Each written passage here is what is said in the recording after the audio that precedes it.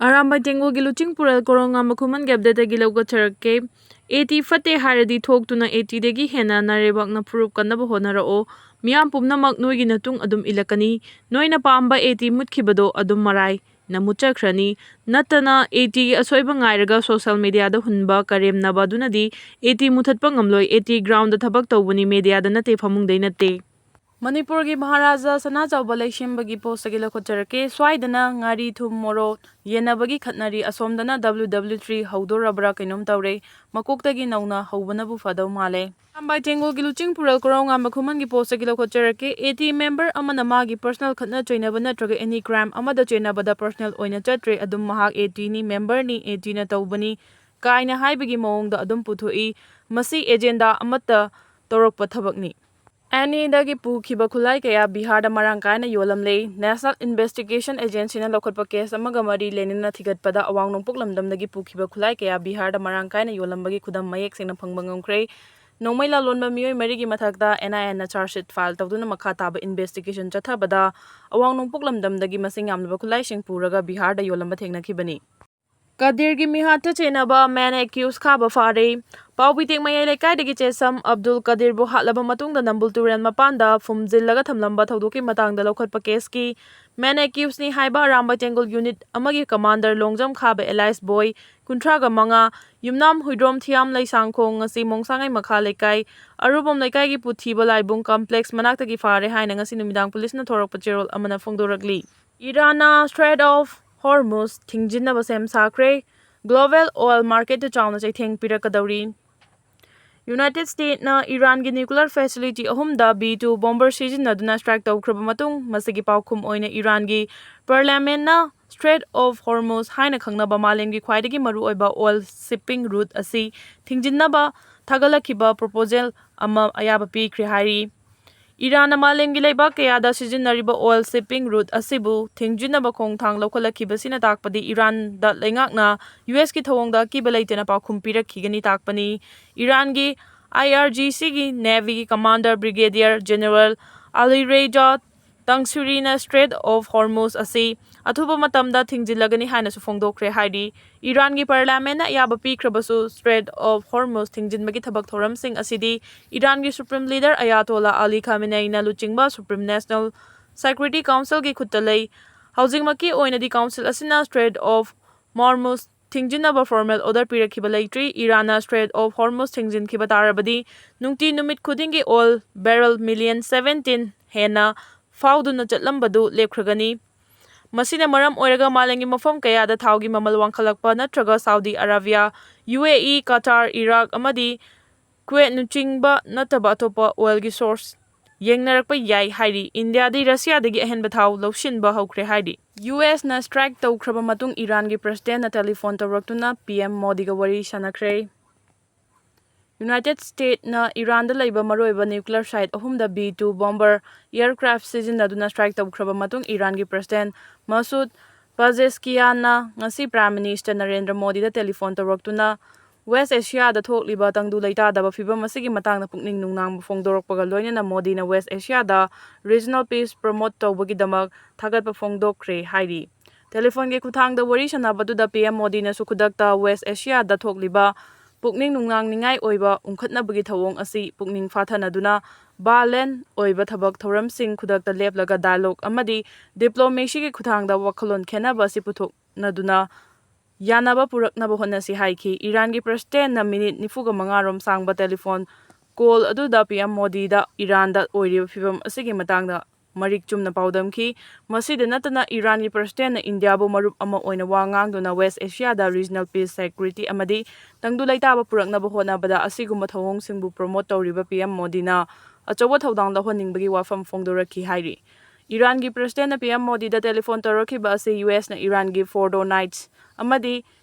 Isfahan da leiba maroiba nuclear facility sing strike tawduna thukaikraba matungdani US ki president Trump na strike sing asibu US ki achoba military gi maipakwa mani haiduna karigumba Irana laloshinbagi matangda amadi nuclear deal gi matangda wari sanasi yadrabadi makhata na US na strike kaya chathakigani haidi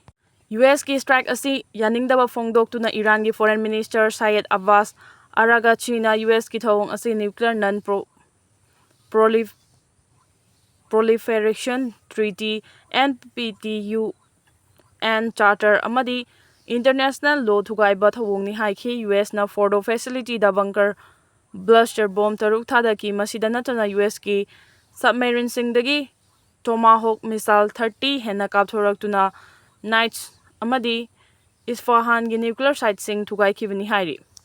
Mitei di isana isabu ngakchaba natana atopa na ngaklagadaba leite Megan Mitei di isana isabu ngakchaba natana atopa kanana su ngaklagadaba leite haina UNLF ki former chairman RK Megan na phongdokre Bishnupur district ki manung chanba High Canal mayagi lokol da masagi lofam da low khoiduna leiringai da kuki singa nongmaina kablakpadagi oi thangba makuta nongmaina panbadagi sokiba ningthaujam Biren gi loinabi ningthaujam ongbi inauda peace committee kanglaipak Manipur da angamba selgi mating pibagi chatkiba khongchat amaga mari lainana RK Megan na wafam asi phongdokhibani khongchat aduga mari lainana ningthaujam Biren bu nongmaina pankiba mafam amadi kuki terroristing na nongmai kaplamba High Canal gi mafam aduda hakthengna chatuna yengsinki peace committee kanglaipak Manipur gi maroi bathomi sing yauna chatkiba khongchat aduda RK Megan na makhata na haikibada khunja sing na haibagi matung ina laibak thiba numit aduda mathau toriba SSB sing aduna kuki tamna nongmai maru ama fawba kafkhidaba haibasi tabada aduki matik jingnaba fawi Kanglup ani asibu control taunabani haiduna leiraga kumhaigi matawgum yengduna leiba haibasigi wahanthok yamna lei kuki singna leiriba khuldegi mitei singna leiriba High Canal asi fawbada security na ngak senba mafam ahum lei hariba sing asi lanthokduna laklaga mitei da nongmai kablamba haibasi manungda karigumba ama leire haibasi miyamna su khangba mathau tai kuki singna sum tawrakani haibasi hana mamangda mahangna phongdokhiba leikrabani handangna fobala da thokle mathangda Manipur gi lanthengnariba mafam amada hekta tholakpa yai asiguma fibam masida chamna hingjariba khunja sing karama punsi mahingda hingadabano haibasi mipainingai ni haiki lan manungda masa hingnabagi damak lanmi hatuna chathoklamkhre Russia amadi Ukraine ga chahi ahum hena soknaduna lakliba lana sigi manungda thoaningdaba thodok wathok kaya thokhiba sigi mathakta Russia gi lanmi amana masa hingnabagi damak mahakapuna leiminariba lanmi ama hatoklaga chathoklamagi wari pak sana sandurakre Thaudo asi Russia da 2012 ki mamangda thokhibani lanmi adu farba matungda chahi kungani thoigi cherak phangduna jail da lairakibani adubu Ukraine gi lana sida lanmi gi tangai fadaba mathau tarakpadagi jail da lariba lanmi sing thadoktuna landa saruk ya hanbada mioi adu su thadoktuna lan yahonkhre hairi ningsangba yabadi Russia gi lanmi aduna chaningai thakningai leraktabadagi masa hingnaba honarakpada punna thabak tawminariba lanmi adu hatoklaga thonglaga chakhibani thawong asi logi wangmada chawna yadabana maram oiraga farba matungda jail da thajinkhibani thawdo asigi matangda lanmi aduna atopa lanmi amaga phone da wari sanabada tef tawduna tahawbadagi thigatlaba matungda phaba ngamkhibani ngase su Russia gi lanmi marakta wari asi Lina duna fana yamna awaba amadi khudong chadaba mayoknarabasu asiguma thaba asi tawhaidaba thaba amani haina Wari nari hairi. UG Mari Fare Police Control Room na ngasi numidang thorok pacherol amana haibada ngasi Security Force na tungan ba Imphal scheme mafam singdagi Pripak Progi Kongba Ketri Laikai dagi Thingbai Jam Philip Havam Marak Loremam Laikai dagi Loremam Kumar Elias Kanto Haujik na Sawambung Relief Camp talaiba Uripok Sorbon Thingel dagi Laishram Haridas Elias Holaiba amasung Hianglam Awang Laikai dagi Yumnam Akas Kauba Kedar Mari Khusukulai Kaya Marunga Kona na Fare haidi. Miyoi kuntrago humdoi nangna COVID positive oire haukiba pung kun Maria sida miyoi kuntrago humdoi nangna COVID-19 positive oiba thengna kibaga loinana apunba positive case chamaga nifuga manga sukre lengang na thadorokpa report amagi matung inna nangna positive oirabasing adudi Imphal East ta ahum Imphal West ta kungata red amadi Thawal da ahum ni haukiba kun mari asigi manungda miyoi manga laichat asidagi faduna discharge tawkibaga loinana COVID active case chamaga kuntra ninkhoi leiri report asina makha tarduna haukiba pung kun mari da sample Chamaga ama test tawbada miyoi kuntraga humdoi positive oiba thengnakhibani masigi manungda Imphal East ta sample tara Imphal West ta sample humpuga red amadi Thawbal da sample tara test tawki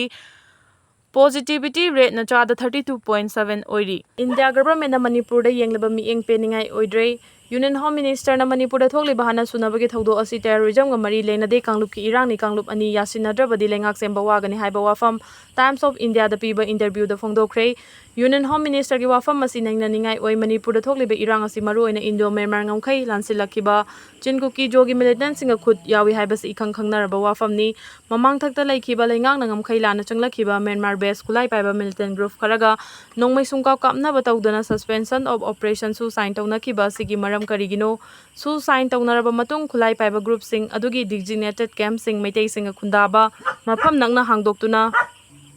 Thamlam khibagi thawdo asina takpadi mitei singbu matam amada hekta makhoigi thangfam oihanna basilaba haiba miyamgi langtak namba wahang oidona leirakhibani ꯃꯇꯝ ꯑꯗꯨꯒꯤ ꯂꯩꯉꯥꯛꯀ ꯆꯤꯟ ꯀꯨꯀꯤ ꯖꯣ ꯇꯦꯔꯣꯔꯤꯁꯁꯤꯡꯒ ꯑꯋꯥꯡꯕ ꯊꯥꯛꯀꯤ ꯂꯧꯇꯨꯅꯕ ꯃꯑꯣꯡꯗꯁꯨ sign ꯇꯧꯅꯈꯤꯕ ꯑꯃꯗꯤ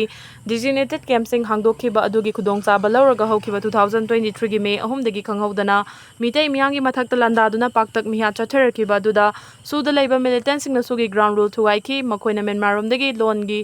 ꯋꯥꯡꯃꯗ ꯆꯤꯟ ꯀꯨꯀꯤ ꯖꯣꯒꯤ ꯈꯨꯠꯂꯥꯏ ꯄꯥꯏꯗꯕ ꯃꯤꯑꯣꯏꯁꯤꯡ ꯂꯦꯞꯇꯅ ꯄꯨꯁꯤꯜꯂꯛꯇꯨꯅ ꯑꯅꯧꯕ ꯈꯨꯜꯁꯤꯡ ꯁꯦꯝꯒꯠꯂꯤ ꯍꯥꯏꯕꯁꯤ ꯁ꯭ꯇꯦꯠ ꯂꯩꯉꯥꯛ ꯑꯃꯗꯤ ꯃꯤꯌꯥꯝꯅ ꯈꯪꯗꯕ ꯅꯠꯇꯦ꯫ ꯃꯈꯣꯏꯒꯤ ꯏꯀꯣꯅꯣꯃꯤꯒꯤ ꯂꯥꯂꯣꯡ ꯑꯣꯏꯅ ꯎꯄꯥꯜ ꯋꯥꯄꯥꯟꯁꯤꯡ ꯄꯥꯛꯇꯛꯅꯅ ꯌꯥꯟꯊꯠꯂꯕ ꯃꯇꯨꯡ ꯄꯣꯄꯤ ꯊꯥꯕ, ꯗ꯭ꯔꯒ ꯁꯨꯡꯕ ꯑꯃꯗꯤ ꯗ꯭ꯔꯒ ꯂꯂꯣꯟꯕꯒꯤ ꯊꯕꯛꯁꯤꯡ ꯆꯠꯊꯔꯛꯈꯤꯕꯗꯒꯤ ꯂꯩꯉꯥꯛꯀꯤ ꯃꯥꯏꯀꯩꯗꯒꯤ ꯄꯣꯄꯤ ꯊꯥꯕ ꯑꯃꯗꯤ ꯗ꯭ꯔꯒ ꯂꯂꯣꯟꯕ ꯊꯤꯡꯅꯕ ꯋꯥꯔ ꯑꯣꯟ ꯗ꯭ꯔꯒꯁꯀꯤ ꯂꯥꯟꯖꯪ ꯆꯠꯊꯔꯛꯈꯤꯕꯅꯤ꯫ ꯂꯣꯏꯅꯅ ꯆꯤꯟ ꯀꯨꯀꯤ ꯖꯣꯒꯤ ꯈꯨꯠꯂꯥꯏ ꯄꯥꯏꯕꯁꯤꯡꯅ ꯂꯩꯕꯥꯛꯀꯤ ꯑꯃꯗꯤ ꯃꯤꯌꯥꯝꯒꯤ ꯃꯊꯛꯇ ꯆꯠꯊꯔꯛꯈꯤꯕ ꯀꯥ ꯍꯦꯟꯕ ꯊꯧꯑꯣꯡꯁꯤꯡ ꯊꯤꯡꯅꯕ ꯁ꯭ꯇꯦꯠ ꯀꯦꯕꯤꯅꯦꯠ ꯑꯃꯗꯤ ꯂꯦꯖꯤꯁꯂꯦꯇꯤꯕ ꯑꯦꯁꯦꯝꯕ꯭ꯂꯤꯗꯁꯨ ꯍꯟꯗꯣꯛꯄ ꯌꯥꯎꯅ ꯀꯨꯀꯤ ꯈꯨꯠꯂꯥꯏ ꯄꯥꯏꯕꯁꯤꯡ ꯑꯗꯨ ꯇꯦꯔꯣꯔꯤꯁ꯭ꯠꯅꯤ ꯍꯥꯏꯅ ꯂꯥꯎꯊꯣꯛꯄꯒꯤ ꯋꯥꯔꯦꯞ ꯂꯧꯈꯤ꯫ ꯂꯩꯉꯥꯛꯅ ꯂꯧꯈꯤꯕ ꯋꯥꯔꯦꯞꯁꯤꯡ ꯑꯗꯨ ꯁꯦꯟꯇ꯭ꯔꯦꯜ ꯒꯚꯔꯟꯃꯦꯟꯠꯗ ꯊꯕꯛꯇ ꯑꯣꯟꯊꯣꯛꯄꯤꯅꯕ ꯇꯛꯁꯤꯟꯈꯤꯕ ꯂꯩꯔꯕꯁꯨ ꯉꯁꯤ ꯐꯥꯎꯕ ꯑꯣꯟꯊꯣꯛꯄ ꯇꯧꯗꯅ ꯊꯣꯛꯂꯤꯕ ꯏꯔꯥꯡ ꯑꯁꯤ ꯇꯦꯔꯣꯔꯤꯁ꯭ꯠꯀꯤ ꯅꯠꯇꯦ, ꯃꯤꯇꯩ ꯑꯃꯁꯨꯡ ꯀꯨꯀꯤ ꯑꯅꯤꯒꯤ ꯃꯔꯛꯇ ꯊꯣꯛꯄ ꯀꯥꯡꯂꯨꯞꯀꯤ ꯏꯔꯥꯡꯅꯤ ꯍꯥꯏꯅ ꯌꯨꯅꯤꯌꯟ ꯍꯣꯝ ꯃꯤꯅꯤꯁꯇꯔꯅ ꯐꯣꯡꯗꯣꯔꯛꯈꯤꯕ ꯑꯁꯤ ꯂꯥꯏꯕꯛ ꯊꯤꯕꯅꯤ꯫ ꯌꯨꯅꯤꯌꯟ ꯍꯣꯝ ꯃꯤꯅꯤꯁꯇꯔꯅ ꯊꯣꯛꯂꯤꯕ ꯏꯔꯥꯡ ꯑꯁꯤꯒꯤ ꯃꯔꯝ ꯑꯃꯗꯤ ꯍꯧꯔꯛꯐꯝ ꯃꯃꯨꯠ ꯇꯥꯅ ꯈꯪꯗꯕꯒꯤ ꯃꯃꯤ ꯇꯥꯏ꯫ ꯁꯦꯟꯇ꯭ꯔꯦꯜ ꯒꯚꯔꯟꯃꯦꯟꯠꯅ ꯏꯔꯥꯡ ꯑꯁꯤ ꯂꯩꯕꯥꯛꯀꯤ ꯃꯊꯛꯇ ꯂꯥꯟꯗꯥꯗꯨꯅ ꯃꯅꯤꯄꯨꯔꯒꯤ ꯑꯄꯨꯟꯕ ꯁꯛꯇꯝ ꯊꯨꯒꯥꯏꯔꯒ ꯀꯨꯀꯤ ꯀꯥꯡꯂꯨꯞꯀꯤ ꯑꯣꯏꯕ ꯇꯣꯉꯥꯟꯕ ꯂꯩꯉꯥꯛ ꯅꯠꯇ꯭ꯔꯒ ꯇꯣꯉꯥꯟꯕ ꯂꯩꯕꯥꯛ ꯖꯥꯂꯦꯡꯉꯝ ꯁꯦꯝꯕꯒꯤ ꯄꯥꯟꯗꯝꯅꯤ ꯍꯥꯏꯕꯁꯤ ꯂꯩꯕꯥꯛ ꯊꯤꯕꯅꯤ꯫ ꯌꯨꯅꯤꯌꯟ ꯍꯣꯝ ꯃꯤꯅꯤꯁꯇꯔꯅ ꯊꯣꯛꯂꯤꯕ ꯏꯔꯥꯡ ꯑꯁꯤꯒꯤ ꯃꯔꯝ ꯑꯃꯗꯤ ꯍꯧꯔꯛꯐꯝ ꯃꯃꯨꯠ ꯇꯥꯅ ꯈꯪꯗꯕꯒꯤ ꯃꯃꯤ ꯇꯥꯏ꯫ ꯁꯦꯟꯇ꯭ꯔꯦꯜ ꯒꯚꯔꯟꯃꯦꯟꯠꯅ ꯏꯔꯥꯡ ꯑꯁꯤ ꯂꯩꯕꯥꯛꯀꯤ ꯃꯊꯛꯇ ꯂꯥꯟꯗꯥꯗꯨꯅ ꯃꯅꯤꯄꯨꯔꯒꯤ ꯑꯄꯨꯟꯕ ꯁꯛꯇꯝ ꯊꯨꯒꯥꯏꯔꯒ ꯀꯨꯀꯤ ꯀꯥꯡꯂꯨꯞꯀꯤ ꯑꯣꯏꯕ ꯇꯣꯉꯥꯟꯕ ꯂꯩꯉꯥꯛ ꯅꯠꯇ꯭ꯔꯒ ꯇꯣꯉꯥꯟꯕ ꯂꯩꯕꯥꯛ ꯖꯥꯂꯦꯡꯉꯝ ꯁꯦꯝꯕꯒꯤ ꯄꯥꯟꯗꯝꯅꯤ ꯍꯥꯏꯕꯁꯤ ꯂꯩꯕꯥꯛ ꯄꯨꯝꯅꯃꯛꯅ ꯈꯪꯅꯔꯕꯁꯨ ꯏꯟꯗꯤꯌꯥ ꯒꯚꯔꯟꯃꯦꯟꯠꯒꯤ ꯃꯥꯏꯀꯩꯗꯒꯤ ꯈꯪꯂꯕꯁꯨ ꯈꯪꯁꯤꯟꯅꯗꯕꯒꯤ ꯃꯑꯣꯡꯗ ꯀꯥꯡꯂꯨꯞꯀꯤ ꯏꯔꯥꯡ ꯑꯣꯏꯅ ꯎꯍꯟꯅꯕ ꯍꯣꯠꯅꯔꯛꯈꯤꯕꯁꯤ ꯀꯔꯤ ꯃꯔꯝꯒꯤꯅꯣ? ꯁ꯭ꯇꯦꯠ ꯂꯩꯉꯥꯛꯅ ꯏꯔꯥꯡ ꯑꯁꯤꯒꯤ ꯋꯥꯔꯣꯏꯁꯤꯟ ꯄꯨꯔꯛꯄ ꯉꯝꯗ꯭ꯔꯦ ꯍꯥꯏꯗꯨꯅ ꯄꯔꯁꯅꯦꯜ ꯔꯨꯜ ꯊꯝꯖꯤꯟꯗꯨꯅ ꯁꯦꯟꯇ꯭ꯔꯦꯜ ꯒꯚꯔꯟꯃꯦꯟꯠꯅ ꯍꯛꯊꯦꯡꯅꯅ ꯋꯥꯔꯣꯏꯁꯤꯟ ꯄꯨꯔꯛꯅꯕ ꯊꯧꯗꯥꯡ ꯂꯧꯔꯛꯈꯤꯕ ꯊꯥ ꯃꯁꯤꯡ ꯌꯥꯝꯂꯛꯂꯦ꯫ ꯁꯦꯟꯇ꯭ꯔꯦꯜ ꯒꯚꯔꯟꯃꯦꯟꯠ ꯃꯤꯌꯥꯝꯕꯨ ꯐ꯭ꯔꯤ ꯃꯨꯚꯃꯦꯟꯠ ꯌꯥꯍꯜꯂꯒꯅꯤ ꯍꯥꯏꯅ ꯂꯥꯎꯊꯣꯛꯈꯤꯕ ꯂꯩꯈ꯭ꯔꯦ꯫ ꯂꯥꯎꯈꯤꯕ ꯋꯥꯐꯝ ꯑꯗꯨ ꯊꯕꯛꯇ ꯑꯣꯟꯊꯣꯛꯄ ꯉꯝꯈꯤꯗꯕꯒ ꯂꯣꯏꯅꯅ ꯏꯔꯥꯡ ꯑꯁꯤꯒꯤ ꯋꯥꯔꯣꯏꯁꯤꯟ ꯄꯨꯔꯛꯅꯕ ꯍꯣꯠꯅꯕꯗ ꯃꯅꯨꯡ ꯂꯦꯟꯕ ꯃꯑꯣꯡꯒꯤ ꯊꯧꯑꯣꯡ ꯆꯠꯊꯕ ꯎꯕ ꯐꯪꯂꯤ꯫ ꯑꯃꯔꯣꯝꯗꯅ ꯁꯦꯟꯇ꯭ꯔꯦꯜ ꯒꯚꯔꯟꯃꯦꯟꯠꯅ ꯀꯥꯡꯂꯨꯞ ꯑꯅꯤ ꯌꯥꯁꯤꯟꯅꯗ꯭ꯔꯕꯗꯤ ꯒꯚꯔꯟꯃꯦꯟꯠ ꯁꯦꯝꯕ ꯋꯥꯒꯅꯤ ꯍꯥꯏꯕ ꯋꯥꯐꯝ ꯑꯁꯤꯗ ꯂꯩꯔꯛꯂꯤꯕ ꯋꯥꯐꯝꯗꯤ